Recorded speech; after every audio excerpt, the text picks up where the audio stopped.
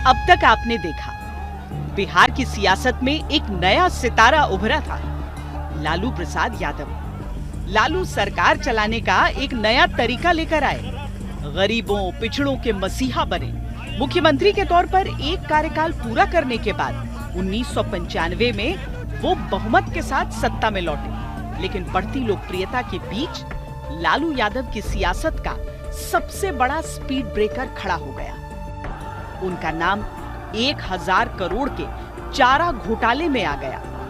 विरोधी उनके इस्तीफे पर अड़ गए। अब आगे। नमस्कार, प्रणाम, मैं हूं श्वेता सिंह। चारा घोटाला एक ऐसा घोटाला था जिसमें फर्जी बिलों पर करोड़ों की हेराफेरी हुई थी। इसमें नेता से लेकर अधिकारी, पक्ष से लेकर विपक्ष तक एक एक कर नाम खुल रहे थे, लेकिन सबसे बड़ा नाम था मुख्यमंत्री लालू प्रसाद यादव का। उस वक्त लालू जनता दल के राष्ट्रीय अध्यक्ष भी थे और केंद्र में थी जनता दल की सरकार। ऐसे में लालू पर हाथ डालना बेहद कठिन था। लेकिन जैसे ही जून 1997 में राज्यपाल ने अनुमति दी, सीबीआई ने चार्जशीट दाखिल कर दी। तो हम जिस दिन तय कर रहे हैं किसी का नहीं होगा। लालू गलती मानने को तैयार नहीं थे। वो इसे सिर्फ और सिर्फ साजिश करार देते रहे। लेकिन सीबीआई अब तक टीम गठित कर चुकी थी। कोलकाता के यूएन बिस्वास की अगुवाई में लालू से पहली पूछताछ जनवरी 1997 में हुई। लगभग 6 घंटे और 400 सवालों के बीच लालू ने इस घोटाले को सामंती साजिश घोषित करने की कोशिश भी की। लेकिन यूएन बिस्वास एक निडर अफसर थे। उनके सामने घोटाले के जो आंकड़े थे, वो तो एक अलग ही कहानी कह रहे थे। इनके बल पर सरकार चल रही थी, तो अपना प्रयास करते ही थे। मतलब देवे गौड़ा जी के यहाँ भी प्रयास किए थे, गुजराल जी के यहाँ भी प्रयास किए थे कि, और उसमें पता नहीं कितना राहत इनको मिला नहीं मिला, लेकिन इनके तरफ से तो प्रयास था ही। जोगिंदर सिंह थे उस समय सीबीआई चीफ। तो एक दबाव जो है कहीं ना कहीं एक सत्ता का जो होता है वो लालू की तरफ से था। लेकिन उस समय दो बातें और थी। एक बात थी कि उधर जो सीबीआई की कमान जो यहाँ पर ऑपरेशनल जो हेड थे, एक तरह से कहें बिहार में, तो यूएन विश्वास थे। तो यूएन विश्वास और जोगिंदर सिंह, इन दोनों का दो तरह से मामला था। जोगिंदर सिंह पर पॉलिटिकल दबाव था, लेकिन दूसरी तरफ यूएन विश्वास पर एक लालू कैंप से ये आरोप था कि वो आइडियोलॉजिकल प्रेशर में या फिर आइडियोलॉजिकल एक अभियान के तहत वो चारा घोटाले की जांच चला रहे हैं। अब तो केंद्र में नए प्रधानमंत्री इंद्र कुमार गुजराल थे, जिनको बिहार से लालू ने खुद राज्यसभा सदस्य बनवाया था। लालू ने केंद्र में गुजराल सरकार पर दबाव बनाने की खूब कोशिश की, लेकिन सीबीआई की जांच अदालत की निगरानी में चल रही थी। राजनीतिक तौर पर इसे प्रभावित करने की गुंजाइश नहीं बन पा रही। उल्टे पार्टी के अंदर ये मांग उठने लगी कि लालू जनता दल अध्यक्ष पद से इस्तीफा दे दें। लाख कोशिशें की गईं, लेकिन लालू नहीं माने। उस समय की जो तत्कालीन गवर्नमेंट थी केंद्र की, वह लालू प्रसाद यादव के सहयोग से ही चल रही थी। तो वह ऐसे में समझा जा सकता है कि जब केंद्र की सरकार, तत्कालीन सरकार को लालू प्रसाद यादव के सहयोग से चल रही है, तो फिर वो जरूरी और मजबूरी दोनों सब्जेक्ट हट जाता है वहाँ से। वह फिर लाचारी की बात हो जाती है। तो निश्चित रूप से वह उस समय वो बर्खास्त नहीं कर सकते थे लालू प्रसाद यादव। लालू के अड़े रहने से तंग आकर पार्टी नेताओं ने संगठनात्मक चुनाव की तारीख तय कर दी, 3 जुलाई 1997। अब तक लालू के मददगार रहे शरद यादव ने लालू के खिलाफ अध्यक्ष पद का चुनाव लड़ने का ऐलान कर दिया। किसी भी तरह से बात बनती न देख लालू ने अपने वफादारों के साथ चुनाव का बहिष्कार कर दिया। शरद यादव अध्यक्ष बन गए। वो लड़ाई था मेन रूप से जो है वो चल रहा था, अध्यक्ष पद को लेकर के चल रहा था। तो एक बार तो जॉर्ज फर्नांडिस के साथ में हुआ, तो जॉर्ज फर्नांडिस अध्यक्ष थे, तो उनको हटा करके शरद यादव को बनाने का प्रयास किया गया।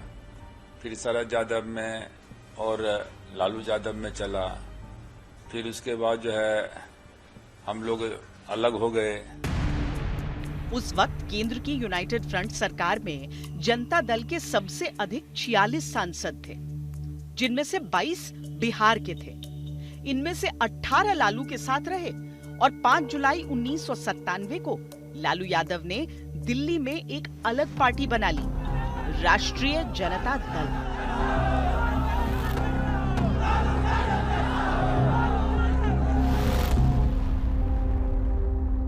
लालू प्रसाद का जो जातीय आधार है वह बिहार में सबसे ज़्यादा है और ये उनकी शक्ति का एक बड़ा कारण है।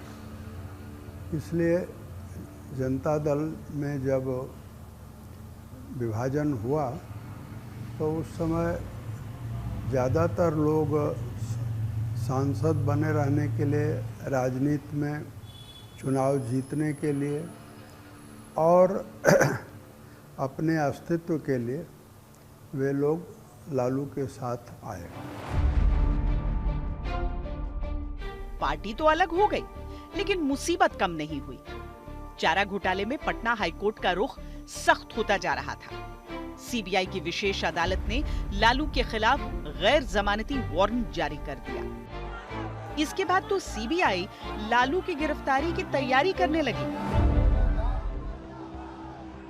यूएन बिस्वास ने लालू को गिरफ्तार करने के लिए सेना की मदद मांगने तक की बात कह दी। लालू नहीं चाहते थे कि ऐसी स्थिति में जेल जाएं कि बिहार की कमान किसी और के हाथों में चली जाए।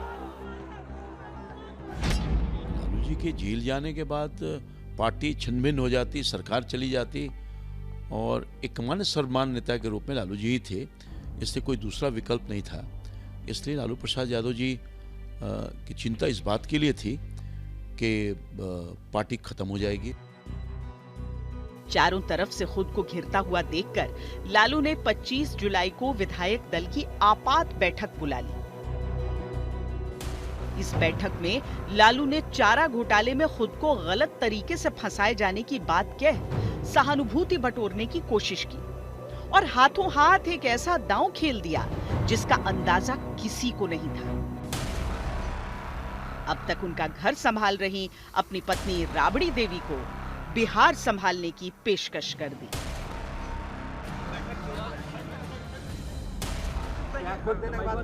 मैं राज की सेवा करूंगी। जी हाँ, सेवा करेंगे। राज की सेवा करने का मौका मिला है।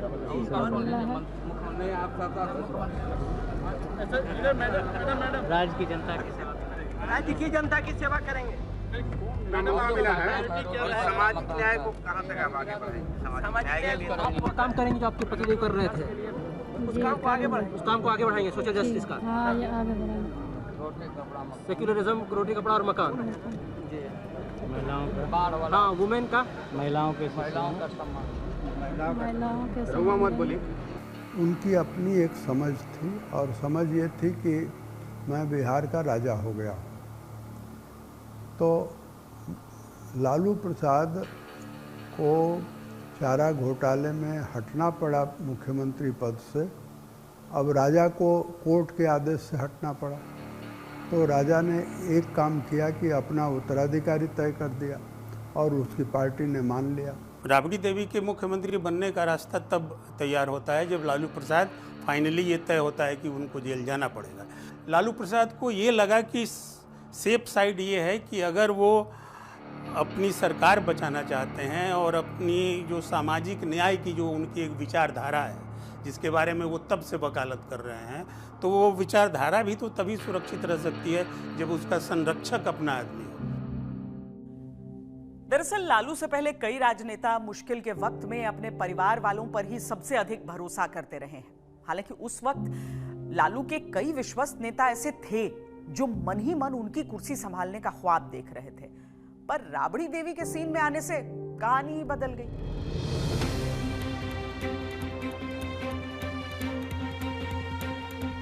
एक ऐसी महिला जिन्होंने अपना पूरा जीवन अब तक चूल्हे चौके में बिताया था, एक ऐसी महिला जिन्होंने हमेशा पति से चंद कदम पीछे चलने को अपनी खुशकिस्मती माना, एक ऐसी महिला जो अनपढ़ थी, वो बिहार जैसे राज्य की मुख्यमंत्री बनने वाली थी। जो बड़े बड़े दिग्गजों की राजनीतिक पाठशाला रहा था। पार्टी के नेताओं का भी उसमें सहमति हुआ। जो लालू जी के समकक्ष के नेता थे, कई ऐसे बड़े नेता थे जिन लोगों ने भी अपनी सहमति व्यक्त की। और उस समय आमतौर पर लोगों की भाव था कि कहीं न कहीं सत्ता के केंद्र बिंदु लालू जी बने रहें, और एकमात्र यही उपाय था कि राबड़ी देवी उस समय मुख्यमंत्री के रूप में काम करें, और यही हुआ भी। सरकार बच गई, पार्टी भी इंटैक्ट रहा। नहीं, देखिए उसमें वो जो फैसले किए गए थे, खास करके रीजनल पार्टियां जो होती हैं ना,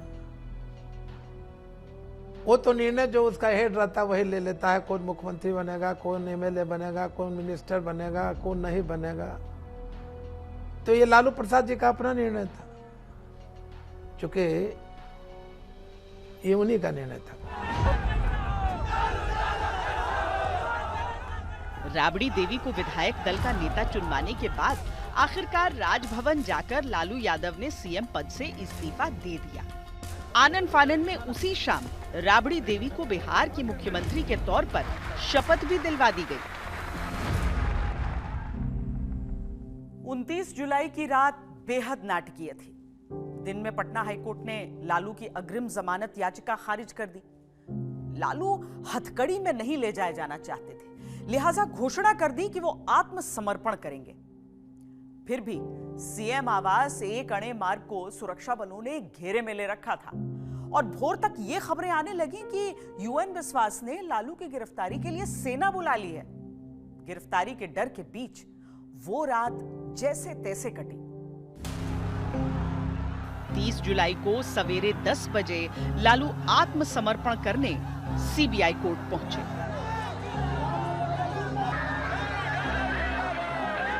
सीएम आवास को एक तरीके से कहा जाए तो कॉर्डन कर लिया गया था। पूरा पैरामिलिट्री फोर्स और वो सब तमाम तरह के फोर्स वहां पर थे। रांची में जाकर के धुरवा मैदान है, वहां पर रात भर वो कारवां चलता रहा। बिहार झारखंड उस समय एक था, तो वो अजीबो समा था। जगह जगह पर लोग लालू प्रसाद यादव का स्वागत करते थे। जगह जगह माने वो जा रहे थे सरेंडर करने, लेकिन जो लालू प्रसाद यादव का जो चमक और धमक था राजनीति में, वह उस समय इम्पैक्ट दिखाई पड़ रहा था।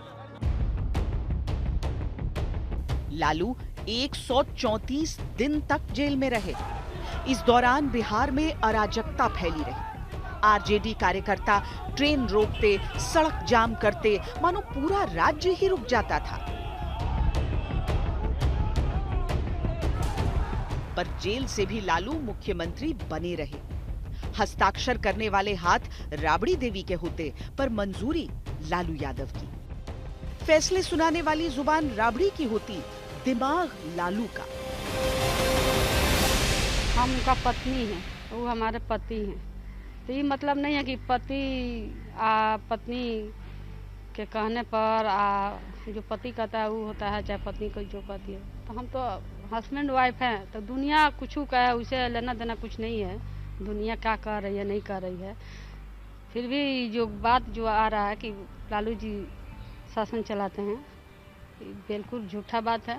देखिए, फॉर्डर स्कैम में जो इनके नाम आए और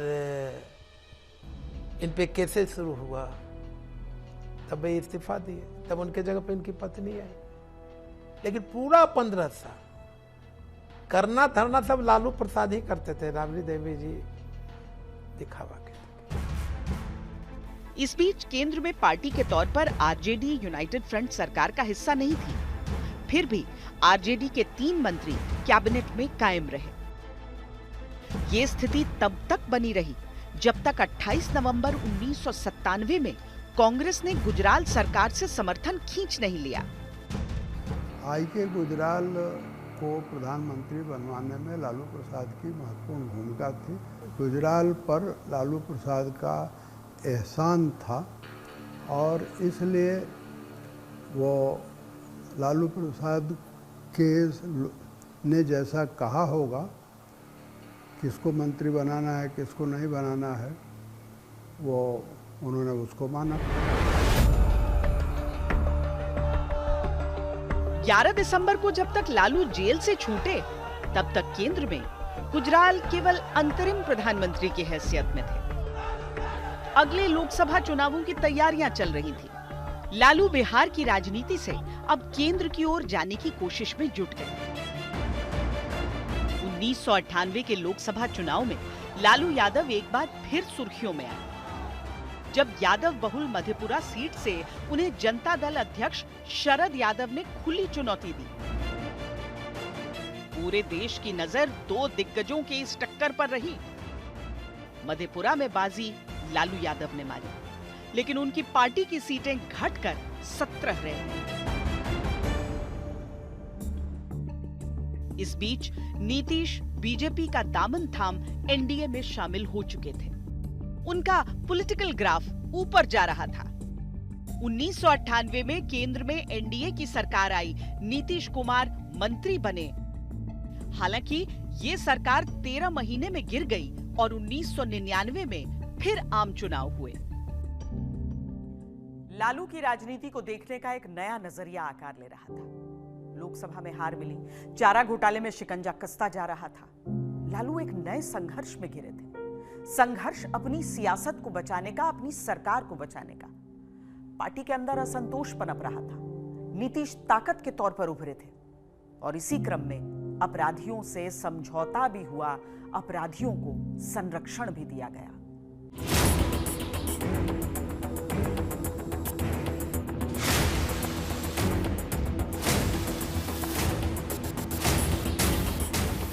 यूं तो लालू के पहले कार्यकाल में ही अपहरण, हत्याएं, लूटपाट की खबरें आनी शुरू हो गई थी, लेकिन प्रशासनिक बेबसी अब और बढ़ती जा रही थी। अपहरण उद्योग का रूप लेने लगा। खबरें तो यहां तक आती थीं कि फिरौती की रकम को पुलिस से राजनेताओं तक के बीच बांटा जाता था। लालू के शासन के 8 सालों में कुल 17,000 अपहरण हुए, 24,000 डकैतियां हुई, 24,699 लूट के वारदात हुए। बिहार को, जो लोग बिहार को बोलता है कि फिसंदी राज है, बिहार के कीटाणु को नहीं समझा कि किस कीटाणु ने बिहार को, कौन सा वो कारण थे, या कौन सा बिहार हमको मिला था सजा के, जिसको लालू और राबड़ी देवी की सरकार ने बैक किया है। 90 तक तो ठीक रहा, 5 वर्ष। उसके बाद धीरे धीरे धीरे धीरे धीरे इनकी स्थिति इतनी बुरी हो गई इनके कारण प्रदेश का, कि लोग माँ बहने बाजार नहीं निकलती थी, बच्चे स्कूल नहीं जाते थे। आप घर से निकले हैं, निकली हैं, घर पुनः वापस लौटिएगा कि नहीं, इसकी कोई गारंटी नहीं थी। पूरी तरफ विधि व्यवस्था खराब, लोगों का पलायन होने लगा। लोग अपने को महसूस करने लगे कि भाई हम सुरक्षित नहीं हैं, चाहे किसी जाति या धर्म के हो, इंक्लूडिंग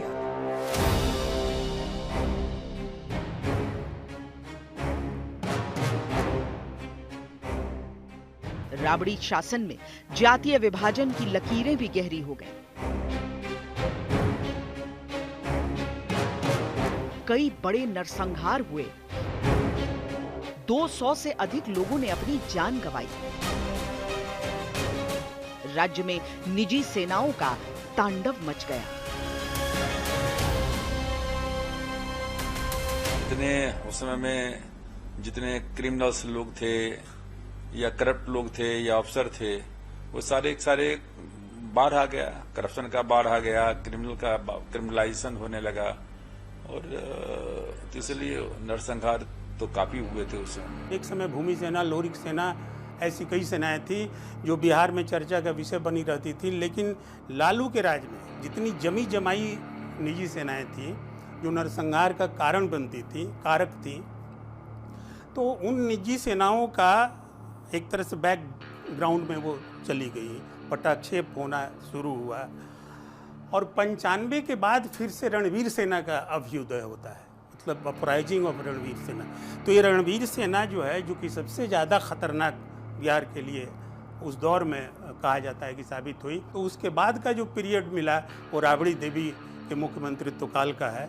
तो इसलिए राबड़ी देवी के शासन में ये चीज़ें एक बार फिर नए सिरे से उभर कर आई। इस बीच अगस्त 1998 में सीबीआई ने अब लालू के खिलाफ आय से अधिक संपत्ति का मामला भी दर्ज कर दिया था। सर्वोच्च अदालत ने सरेंडर करने का आदेश सुनाया और अक्टूबर 1998 में लालू को एक बार फिर जेल जाना पड़ा। इस बार जब लालू आत्मसमर्पण के लिए गए तो केवल 15 मिनट में पहुंच गए। पिछली बार समर्थकों की भीड़ के बीच इतना ही फासला तय करने में उन्हें 4 घंटे लगे थे।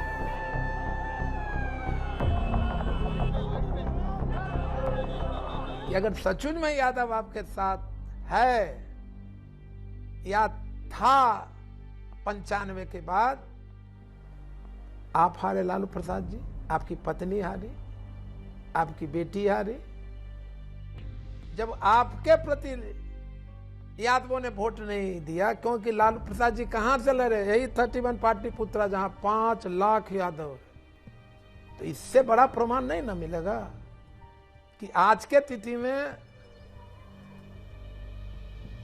इनके साथ जनता नहीं। देखिए, लालू प्रसाद यादव का जो मास बेस की बात हम लोग करते हैं, तो वह जो उस समय था, आज के दिन में भी लालू प्रसाद यादव को आप देखिए अस्वस्थ हैं, लेकिन आज के दिन में भी लालू प्रसाद यादव जब निकलते हैं तो पीपुल्स कनेक्ट करते हैं उनसे, लोग उनसे कनेक्ट करते हैं। वो क्योंकि गांव गवई की भाषा का जो इस्तेमाल लालू प्रसाद यादव करते हैं और हास्य के लिए तो लालू प्रसाद यादव जाने भी जाते हैं, तो वह एक उनका अलग उनकी यूएसपी है। वह कोई भी नेता हो लालू प्रसाद यादव के जैसा नहीं हो सकता। इस दफा लालू 70 दिनों तक जेल में रहे। हालांकि ये केवल कहने के लिए जेल थी। पहली बार तो राबड़ी सरकार ने ये निश्चित किया कि लालू जेल के नाम से बिहार मिलिट्री पुलिस के गेस्ट हाउस में रहे। बाद में जब सुप्रीम कोर्ट ने आपत्ति की तो उन्हें बेऊर जेल जाना पड़ा। हालांकि वहां भी उनके लिए वीआईपी व्यवस्था कायम रही। इधर केंद्र की वाजपेयी सरकार भी अब बिहार की ओर नजरें गड़ाई थी। फरवरी 1999 में राबड़ी देवी सरकार को जंगल राज के आरोप लगाते हुए बर्खास्त कर दिया गया। लालू ने अपनी सियासी चपलता का नमूना दिखाते हुए कांग्रेस की मदद ली और केंद्र को बर्खास्तगी का आदेश वापस लेना पड़ा।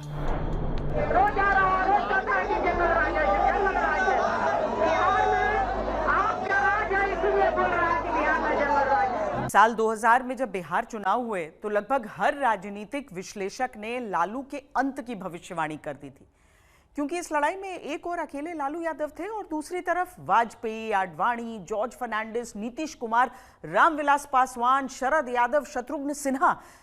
लेकिन जब चुनाव के नतीजे सामने आना शुरू हुए तो एक पल को लालू को भी विश्वास नहीं हुआ था।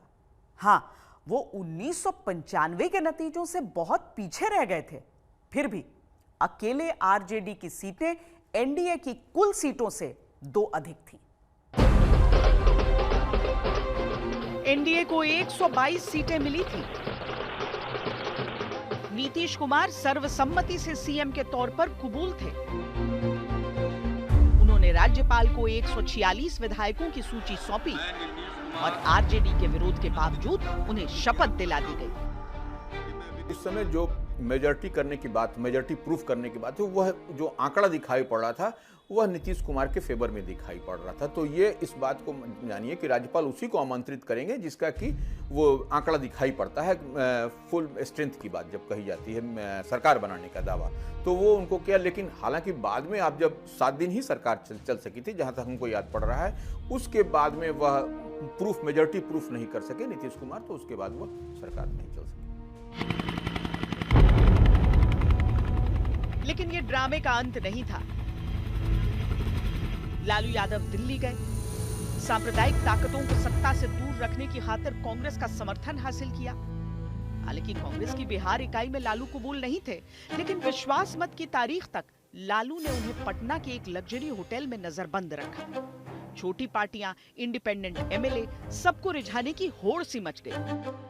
मुख्यमंत्री राबड़ी देवी होगी और कौन होगा? हम लोग छिपा के बात करते हैं। मुख्यमंत्री का वैकेंसी कहाँ है? राबड़ी देवी के लाइसेंस एक्सपायर हो रहा है, रिन्यूअल होगा। आखिरकार विश्वास मत से पहले ही नीतीश को अपनी कमजोरी का एहसास हो गया।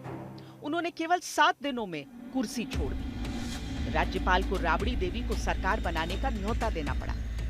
आरजेडी को लेफ्ट पार्टियों का साथ मिला। और कांग्रेस का बाहरी समर्थन भी। राबड़ी देवी दूसरी बार बिहार की मुख्यमंत्री बन गई।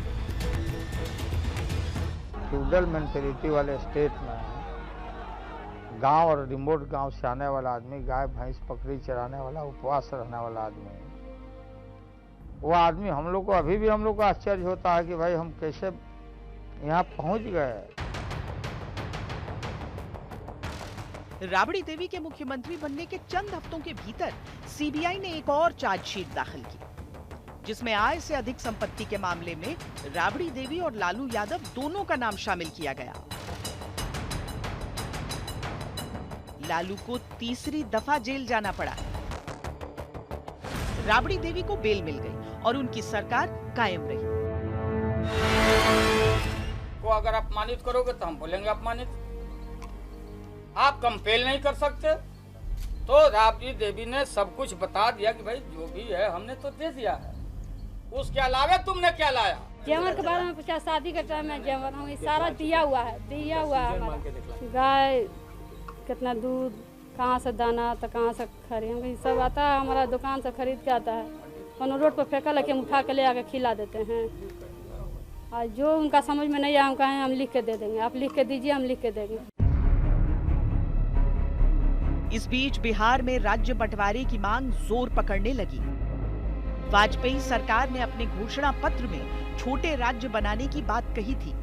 इससे उत्साहित होकर झारखंड मुक्ति मोर्चा ने अपना आंदोलन तेज कर दिया। इधर बीजेपी के अंदर भी वनांचल राज्य की मांग जोर शोर से उठने लगी। लेकिन लालू यादव बंटवारे के विरोध में मजबूती से खड़े हुए। बिहार विधानसभा में इसके खिलाफ प्रस्ताव तक पास कराने की कोशिश की। कोई भी व्यक्ति इतिहास का अंतिम व्यक्ति नहीं होता। लालू प्रसाद ने बिहार का भूगोल बदल दिया, बिहार की चौहद्दी बदल दी, बिहार प्रदेश का बंटवारा कर दिया। आज स्पेशल राज्य की दर्जा मांग कर रहे हैं लालू। अरे भाई इसके लिए दोषी तो तुम हो। पूरे देश में जितनी खनिज संपदा है, iron ore, copper ore, bauxite, graphite, limestone, mica, science में यूरेनियम, कहते थे कि हमारे लाभ पे बटेगा। लालू प्रसाद यही कहा करते थे। लेकिन केंद्र सरकार ने बिहार, मध्य प्रदेश और उत्तर प्रदेश का बंटवारा कर झारखंड, छत्तीसगढ़ और उत्तरांचल बनाने का ऐलान कर दिया। 15 नवंबर 2000 को बिहार से अलग झारखंड राज्य का जन्म हो गया। आजादी के बाद बिहार के लिए यह सबसे बड़ा टर्निंग पॉइंट था। प्राकृतिक संसाधनों से समृद्ध झारखंड के अलग होते ही बिहार को संवारने का संकट खड़ा हो गया। झारखंड के अलग होते ही उद्योग से लेकर खनिज तक सब बिहार से छिन गए। एक गरीब राज्य ने एक अमीर राज्य को जन्म दिया था। बिहार में असुरक्षा से आजे जा चुके कई कारोबारियों ने भी झारखंड में दुकान लगाना बेहतर समझा। वो चाहते थे कि वो बिहार से हट करके ऐसे राज्य में चले जाएं जहां जो फाइनेंशियली बहुत रिच है, जहां खनिज संपदा और संसाधनों की दृष्टि से भविष्य में भी उसके विकास की बहुत संभावनाएं हैं। तो ऐसे राज्य में काम करने का बहुत स्कोप होता है। बिहार के जो कानून व्यवस्था थी और जिस तरह से बिहार में लालू प्रसाद यादव की लीडरशिप में जो आरजेडी का जो शासनकाल था, उसको लेकर तमाम सारे इफ एंड बट्स थे। और ये था कि ब्यूरोक्रेसी जो है, नौकरशाही को वो आज़ाद काम करने की स्वतंत्रता और वो स्वायत्ता नहीं प्राप्त है जो कि होनी चाहिए। तो उनको लग रहा था कि झारखंड एक नया राज्य बनेगा, वहाँ जो सरकार बनेगी जिस भी पार्टी की, तो कम से कम कुछ वर्क कल्चर वहाँ का जो है वो एक सुधरेगा, बेहतर होगा।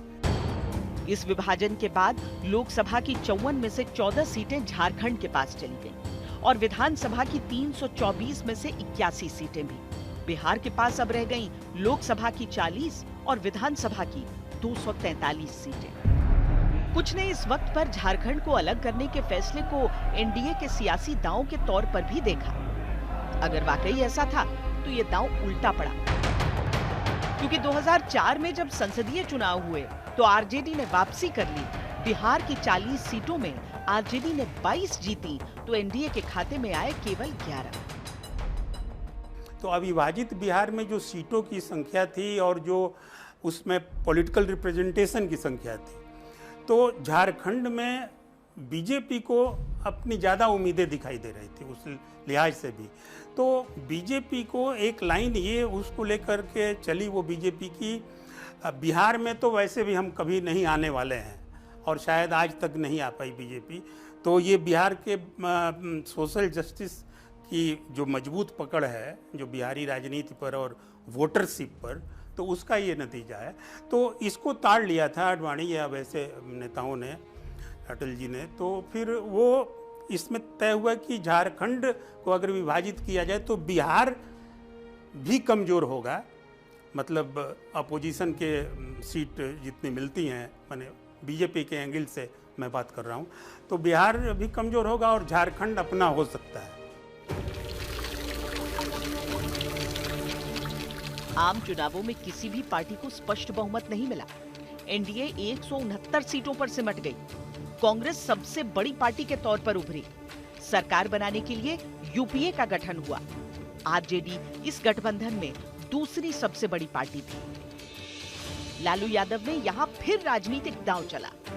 कांग्रेस विरोध की सियासत से जन्मे लालू कांग्रेस के समर्थन में खुलकर सामने आ गए। यहाँ तक कि विदेशी मूल के मसले पर घिरी सोनिया गांधी का नाम प्रधानमंत्री के तौर पर प्रस्तावित करने वाले वो पहले व्यक्ति थे। राहुल गांधी राजनीति में है, देश का है। सोनिया गांधी देश की बहू है, देश की नागरिक है। जो विदेशी सवाल उठा रहे हैं, समझो इसके पास कोई मुद्दा नहीं है। विदेशी सवाल के अलावा ये देशी बोली बोलते थे, देशी बात करते थे और विदेशी बात बोलते वाजपेयी सरकार। जो अमेरिका बोलता वो ये करते, जो वार्षिक गठन करता वो करते। स्वदेशी रास्ता छोड़ा, विदेशी बात, जो विदेशी बात मूल बात बोलता सोनिया गांधी को डेमोलाइज करने के लिए, ये विदेशी सब है ये लोग। वो देश की बहू है, 50 बार मैं बोल चुका हूँ। लालू रेल मंत्री बने और ऐसा कार्यकाल निभाया कि देश विदेश में उनके मॉडल की चर्चा शुरू हो गई। लालू लोक लुभावन फैसले लेते। लालू ने बार बार ये दावा किया कि उन्होंने रेलवे को मुनाफे में पहुंचाया।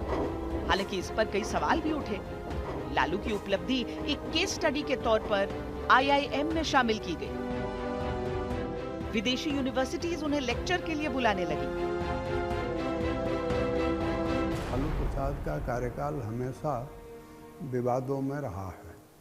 विवाद अगर हम निजी न कहें और भ्रष्टाचार की भी बात न करें तो दूसरे स्तर पर यह कह सकते हैं कि लालू प्रसाद ऐसा समझते हैं, ऐसा उनके आचरण से भी दिखता है, उनके भाषणों से में भी ये बात प्रकट होती है कि वे जो कहते हैं वही कानून है। और इसलिए जब वो चारा घोटाले में फंसे तो भ्रष्टाचार कितना किया ये एक अलग पक्ष है। क्यों किया, क्यों ऐसा हुआ? क्योंकि लालू प्रसाद समझते थे कि मैं जो कहूँगा वही कानून होगा, वही आर्डर होगा, उसी को अफसरों को मानना है। Everybody is appreciating कि I have done a tremendous work. Each and every year I have earned crores and crores every day, and they are saying. एक तरफ केंद्र में लालू छाए हुए थे, उनके घोटाले का शोर थोड़ा शांत हुआ था, लेकिन केस में ढिलाई नहीं थी। दूसरी तरफ 2005 में बिहार एक बार फिर विधानसभा चुनाव के लिए तैयार था। एक तो पिछली बार के गलत पूर्वानुमान और दूसरा केंद्र में सत्ता से बेदखल होने के बाद एनडीए गठबंधन का आत्मविश्वास डिगा हुआ था। लालू जोश से भरपूर थे। फरवरी 2005 में जो चुनाव हुए उसमें बिहार ने किसी भी पार्टी को स्पष्ट बहुमत नहीं दिया। एनडीए 92 सीटों के साथ सबसे आगे जरूर था, लेकिन नीतीश ने दावा पेश करने से इनकार कर दिया। हमारा भी स्पष्ट बहुमत नहीं था, आरजेडी को बहुमत नहीं मिला था और रामविलास पासवान एक अलग तरह की राजनीति के संचालन में लगे हुए थे जो एकदम अव्यवहारिक थी। और उनके विधायकों के बगैर स्पष्ट बहुमत हम लोगों का होता नजर नहीं आ रहा था। लिहाजा बगैर किसी दल बदल को बढ़ावा देने, बगैर किसी तोड़फोड़ को उकसाने के बजाय श्री नीतीश कुमार जी ने बेहतर समझा कि हमें जनता के बीच में जाना चाहिए। बिहार में राष्ट्रपति शासन लगा दिया गया। 9 महीने बाद जब नवंबर 2005 में दोबारा चुनाव हुए, तब नीतीश की अगुवाई में एनडीए को स्पष्ट बहुमत मिला। बीजेपी जेडीयू को 143 सीटें मिली, आरजेडी 54 सीटों पर सिमट गई। नीतीश कुमार ने मुख्यमंत्री बनते ही अपने मंत्रियों और अधिकारियों की बैठक बुलाई। इस बैठक में उन्होंने स्पष्ट कहा कि अपराध को राजनीतिक संरक्षण देने के दौर को खत्म करना होगा। पुलिस अधिकारियों को साफ संदेश दिया गया कि अपराध और अपराधियों के लिए एक ही नीति होगी, जीरो टॉलरेंस की। नीतीश भरसक जतन कर रहे थे कि कानून तोड़ने वालों के साथ सख्ती हो, चाहे वो कितना ही रसूखदार व्यक्ति क्यों न हो। उनके पहले ही कार्यकाल में 70,000 के करीब मामलों में दोष सिद्ध करने में सफलता मिली।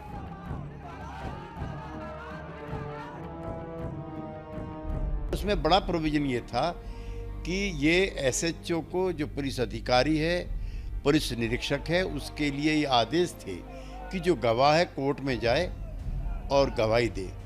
जेडीयू के भी 1-2 अपराधी किस्म के विधायकों को भी सजा हुई। बिहार में बाहुबलियों पर भी कहर बरपा। भागलपुर दंगों के दोषी लालू यादव के खासम खास कामेश्वर यादव को जेल में डाला गया। सीवान में कोहराम मचाने वाले लालू के एक और करीबी मोहम्मद शहाबुद्दीन को सजा हुई। पप्पू यादव जेल गए। नीतीश के राजनीतिक दोस्त रहे आनंद मोहन सलाखों के पीछे गए।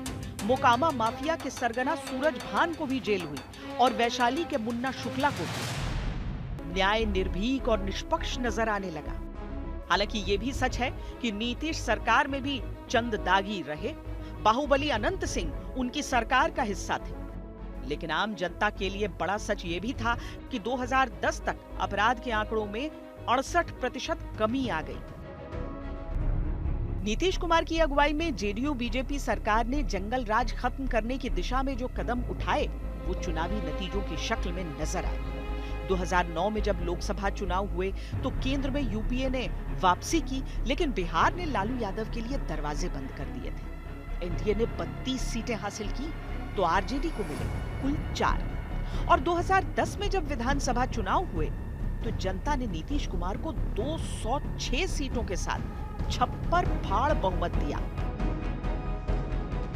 2010 का पूरा चुनाव वो नीतीश कुमार के कामकाज पर, उनके गवर्नेंस पर, उनके विकास के कामों पर और कानून व्यवस्था के मामले पर उनकी सरकार के द्वारा उठाए गए जो कड़े कदम थे, उन पर लोगों ने उनको दोबारा मौका दिया था और भारी बहुमत के साथ मौका दिया। ये विश्वास सिर्फ एक आबादी का एहसास नहीं था, ये बदलाव आंकड़ों में दिख रहा था। 2004-05 में जो विकास दर 2.6% थी, वो 2013 तक 14% पार कर गई। शिक्षा, साक्षरता, कृषि, इंफ्रास्ट्रक्चर, सबकी तस्वीर बदल गई। राज्य में विकास और सुशासन का संयुक्त श्रेय जेडीयू और बीजेपी का था, पर नीतीश मुख्यमंत्री होने के नाते इसका चेहरा थे। बिहार की जनता संतुष्ट थी। हर क्षेत्र में कार्य ने रफ्तार पकड़ रखा था। बिहार को शायद खुद अपनी तकदीर पर नाज होने लगा था। लेकिन ये खुशहाल परिवार टूट की कगार पर था। राज्य में विकास और सुशासन का संयुक्त श्रेय जेडीयू और बीजेपी का था, पर नीतीश मुख्यमंत्री होने के नाते इसका चेहरा थे। बिहार की जनता संतुष्ट थी। हर क्षेत्र में कार्य ने रफ्तार पकड़ रखा था। बिहार को शायद खुद अपनी तकदीर पर नाज होने लगा था। लेकिन ये खुशहाल परिवार टूट की कगार पर था। दिखाएंगे अपने अगले एपिसोड में। तब तक देश और दुनिया की बाकी खबरों के लिए आप देखते रहिए आज तक।